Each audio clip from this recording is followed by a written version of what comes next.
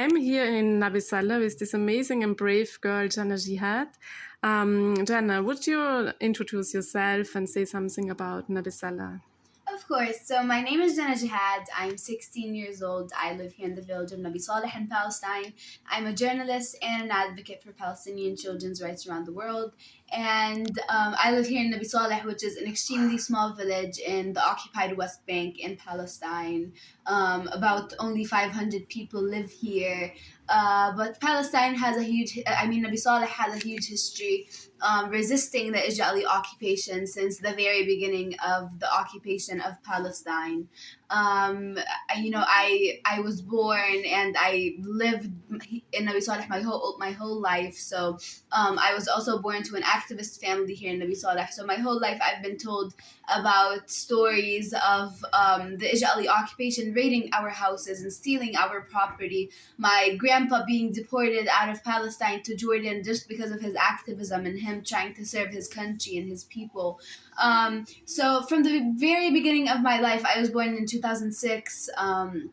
And then, a couple years later, in 2009, in Nabi Saleh, Palestinians started to do and organize their weekly protests every Friday in order to, stand up for the Israeli settlement that was expanding Halmish. It's an illegal Israeli settlement that was built on our land. It would start expanding all the time by them stealing more property, stealing more resources, and at a certain point, they took over our main water resource, which is the Ain al-Qus, or the Rainbow Spring, actually. And that meant that we, the people of Nabi Saleh, would only get up to 12 hours of water a week, while the Israeli settlers that are living illegally on our lands and stealing our resources get 24 hours of water a day and have to pay we would have to pay triple the prices of water they would have to pay. So we tried to organize protests to stand up for that, stand up for the checkpoint that are built on the entrances of our village that restrict our movement, stand up for the killing of our people. So we started these demonstrations in 2009. I was only 3 years old. My whole entire family would go onto these demonstrations where people would just walk down the main street, chant, hold flags.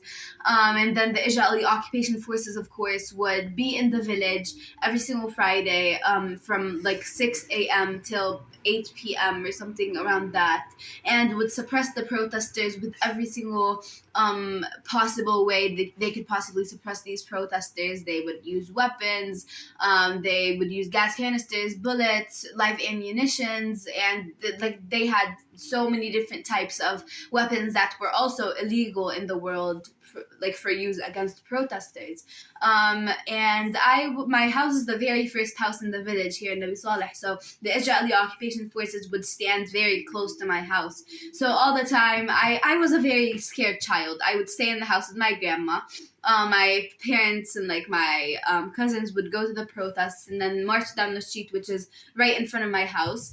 And me and my grandma, I would be always so scared for her because she is an old lady. We would always fill buckets of water and put them under every single window in the house just in case a gas canister gets shot on our windows, breaks into our houses, because so many times the Israeli occupation forces would actually target houses and break windows, and so many houses were actually burnt due to the fact of them targeting our houses. So we would fill buckets of water, we would try to do whatever we can in order to stay protected, but we are not even safe in our houses because the Israeli occupation forces all the time would come and raid our houses for no reason, raid our houses, arrest our people, injure our children. And a couple years after that, I started attending the protests after actually one Friday.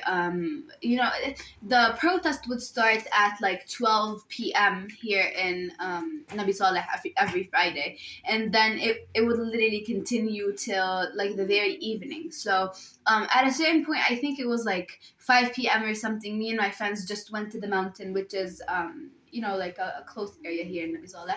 So we were just picking flowers or playing or doing something, and we heard someone saying it was the time where the Israeli forces were supposed to leave the village. So we heard someone screaming that someone got injured on the street, and that mountain falls right on the main street. So we ran down the mountain to see that Israeli jeeps were passing by, and they shot our cousin Mustafa.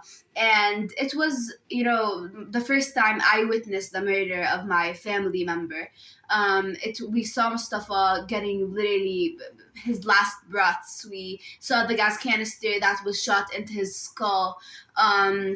It was a very traumatizing experience for us. And the Friday after that, it was the first time for me to actually stand up for the Israeli forces that were right next to my house. And it was the first time I actually went to a protest. So yeah, I started going to these protests, and then fast forward to when I was 7 years old. It was, I also witnessed my other uncle Rushdie get murdered when I was 6. So that was, in 2011 and 2012. And then when I became 7, during one of the protests, I just held my mother's phone and started recording and reporting what was happening in front of me. And, a month later, my mom found 4 reports on her phone and then posted them. And we actually realized how strong of a way to send a message, reporting actually is. So I started using reporting as my way to resist this occupation, and I would, start videotaping and live recording whenever the Israeli occupation forces would raid my house, my village, arrest my people. And till now, I'm trying to do my best in order to show the world the reality of this occupation, the crimes that are being committed by them every single day, because this system is an apartheid system that is built to benefit the settlers and ethnically cleanse the Palestinians. So showing the truth of this criminal system is an extremely crucial thing for us Palestinians in order for us to reach our liberation, for us to reach our goal, and literally just gaining our most fundamental rights. The right to feel safe in your house, the right to literally live, the right to go to your school safely without a checkpoint in my way, the right to not be scared all the time. So we are demanding our fundamental rights that are being violated by this occupation.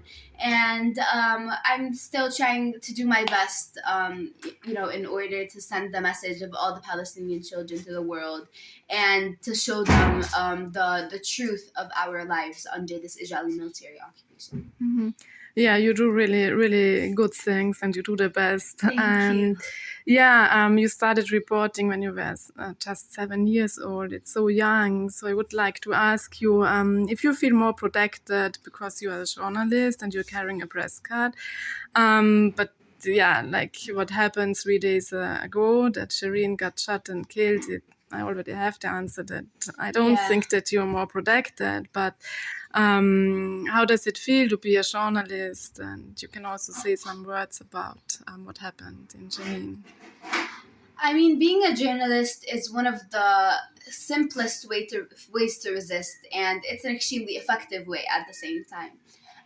But for us Palestinians, being a journalist does not mean that you're protected at all. I am registered, I have a press card. It has not really protected me. It actually made me more, targeted by the Israeli occupation, because whenever they'd see me, recording, they try to take my camera, break my camera. You can see in several reports they're trying to do that. They're trying to surround me, put their hands on the camera. In a lot of the videos, you can see how they're trying to stop me from recording, because it is a way to actually, show the world their true colors and their true crimes. So no, it does not protect me. It actually makes me more of a target to them, a target that they aim to stop. And similarly, it's been what's going on since the beginning of the occupation. They've been trying to suppress the media. They've been trying to brainwash the media in a way. We can see how the Western media actually portrays the the Israeli occupation in Palestine, portrays this occupation as like something extremely different in an extremely wrong way. And we've seen how Palestinians lately have been trying to use social media and trying to use their phones and their cameras as a way of resistance, but at the same time, they've been targeted a lot. And yes, as you said, we've seen how journalists get targeted a lot, like similarly in the past 2 days. 2 days ago, Shireen Abu Akleh, a Palestinian journalist, one of the most important journalists in Palestine that I've always looked up to, was literally murdered by Israeli snipers in Jenin's refugee camp, while there were the Israeli occupation forces were raiding Palestinian territories, which is illegal in the first place. And Shireen Abu Akleh went there to report on what has been going on there, and then she was shot in the head while wearing her press hat and her press, she was wearing stuff that literally showed the Israeli occupation forces that this is a journalist, and they targeted her, and they were trying to actually kill her and assassinate her, and they succeeded in doing so. And even after they assassinated Shireen Abu Akleh, they denied her medical access by literally shooting live ammunitions at anyone who would try to go and help her. And it's not a very different thing from what the Israeli occupation forces do all the time since the beginning of the 2000s, since the year 2000. I think about 55 Palestinian journalists were assassinated. The Israeli occupation assassinates doctors, assassinates children, students, journalists. Everyone as long as you're Palestinian, as long as you're resisting this occupation, you are a target for them, and they would try to stop you from, resisting them in any way they could possibly do that. So, no, journalism actually makes you more of a target than it actually protects you here in Palestine. Yeah, it's pretty sad. How did the occupation affected you when you have been a child, and do you have the feeling that you missed something in your childhood? Of course, the Israeli occupation, as Palestinians, it literally affects you from every single aspect you could possibly imagine. And, growing up here in Palestine, being a child who've lived my whole entire life here in Nabi Saleh, the Israeli occupation affected my childhood. Like, I don't consider myself as a person who has lived their childhood. My rights throughout my whole entire childhood were violated. My childhood by itself was violated, because if I want to look back at how I actually lived this childhood, I would still, of course, I would usually wake up on the sounds of gas canisters bombing near my window during the Israeli military night raids, where they would raid the village and start shooting gas canisters at houses, at people, actually raid houses, where we would wake up on the sounds of Israeli soldiers trying to break into our house or have broken into our house, and they're putting their weapons on our heads, forcing us to wake up. So this is the usual routine for me to wake up, and then it is a very traumatizing experience. They usually come like at 3 a.m. and then you're not able to sleep after that. So I'm usually awake till I have to, around 6 a.m. where I'd have to start getting ready to go to school.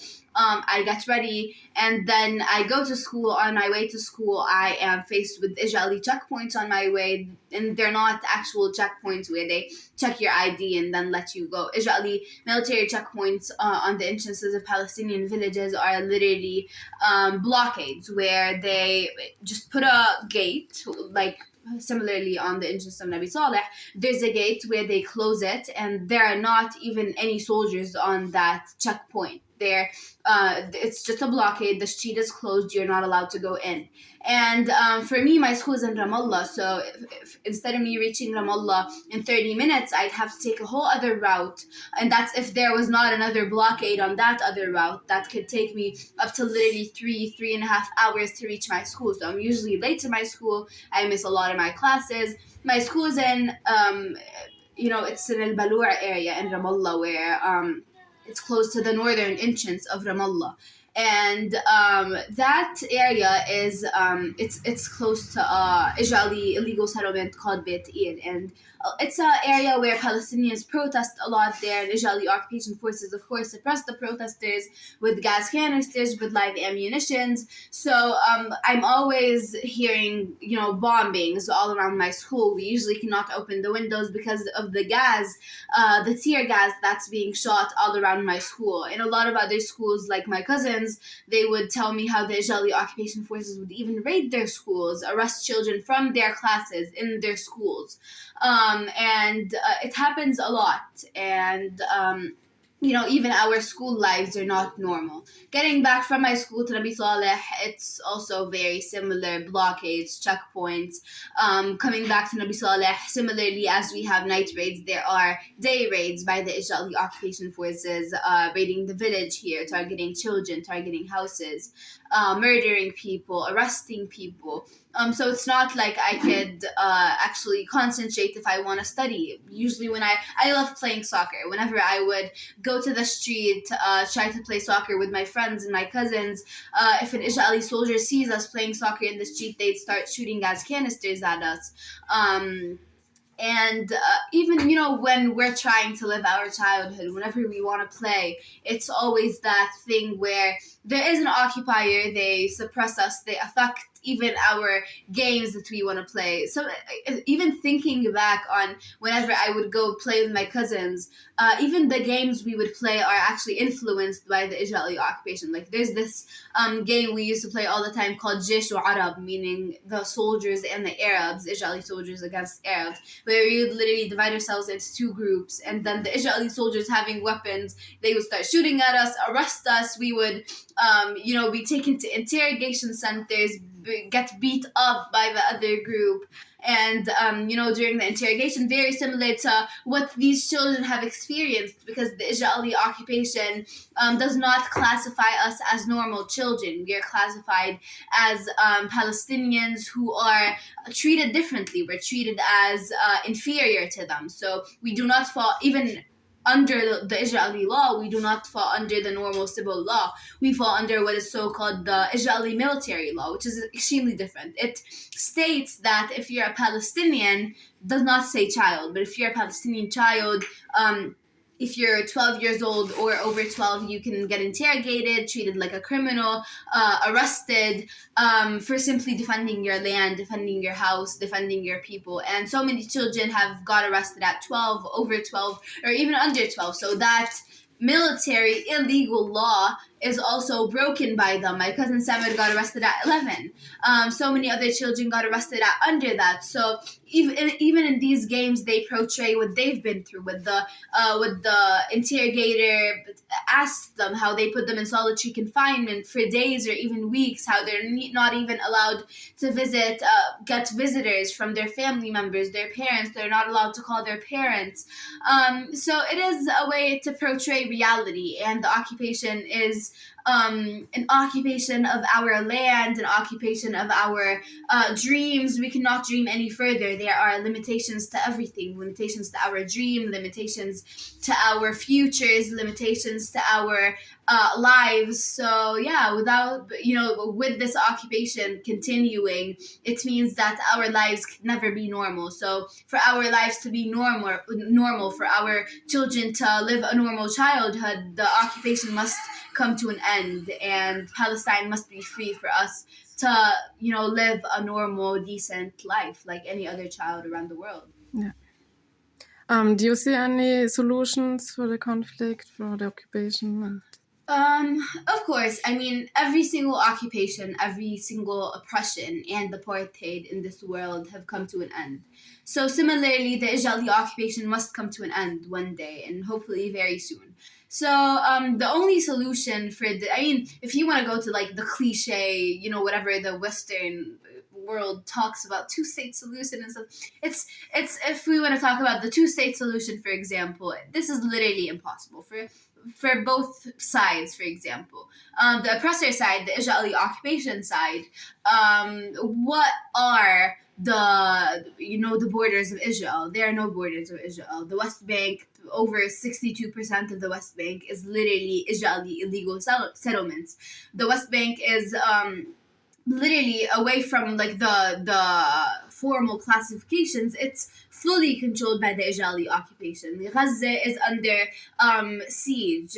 Historical Palestine is literally all occupied. So there are no borders of Israel. The two-state solution is impossible. I mean, even for us Palestinians, we would never let go of our lands and our homes and our property and all over historical Palestine.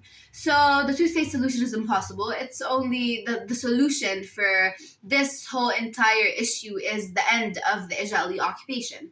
The Palestinians getting their rights back, their right of return for all the 8 million Palestinian refugees who were forcefully displaced out of their houses during the Nakba, and are still being displaced, all the time and forcibly kicked out of their houses and their properties to become refugees and homeless people. That we have over 8 million Palestinian refugees all over the world. They have the right to come back to their land. So this must happen. Our right to self-determination, our right to be able to choose stuff for ourselves. We as Palestinians have no authority in our land. We must have authority in our land.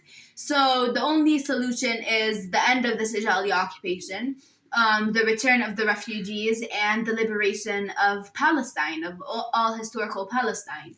I want to be able, as a person living in Nabi Saleh, holding the West Bank ID, the green ID, I am not able to go through the apartheid wall. I am not allowed to go to Jerusalem, nor am I allowed to go to the occupied 48 areas, which is Haifa, Yafa, all these areas, because unless I get a permit by the Israeli occupation, and this permit, like this whole process is an extremely tough process, and for us activists, we're literally not even allowed to get the permit. So I, as a Palestinian child, living in Nabi Saleh is literally less than 30 minutes away from Jaffa. And I could see the Mediterranean Sea in Jaffa from the rooftop of my house during sunrise and sunset, because when the weather is clear, I can see that. But I've never went to the Mediterranean Sea in Palestine because I am a Palestinian holding the Palestinian ID, the West Bank ID, and I am treated as an inferior, and I have no right to go to my land in Jaffa. I want to be able to do that. The solution is for me to be able to do that. The solution is for the children to gain every single right that they deserve as children living in this world. So this is the only solution, and the only solution is to put an end to this apartheid settler colonial system that's literally treating us that way and violating our rights and ethnically cleansing us, and to hold every single person who is accountable for these stuff, hold them accountable, and hold this occupier accountable for their crimes that are being committed all the time. So yeah, this is what I think the solution should be. Yeah, I really hope that it will come to an end really soon, and hopefully that Palestine will be free as soon as possible. Inshallah. May you tell us, what would you like to tell the people outside from Palestine? How can we support? What is the best way to support Palestine?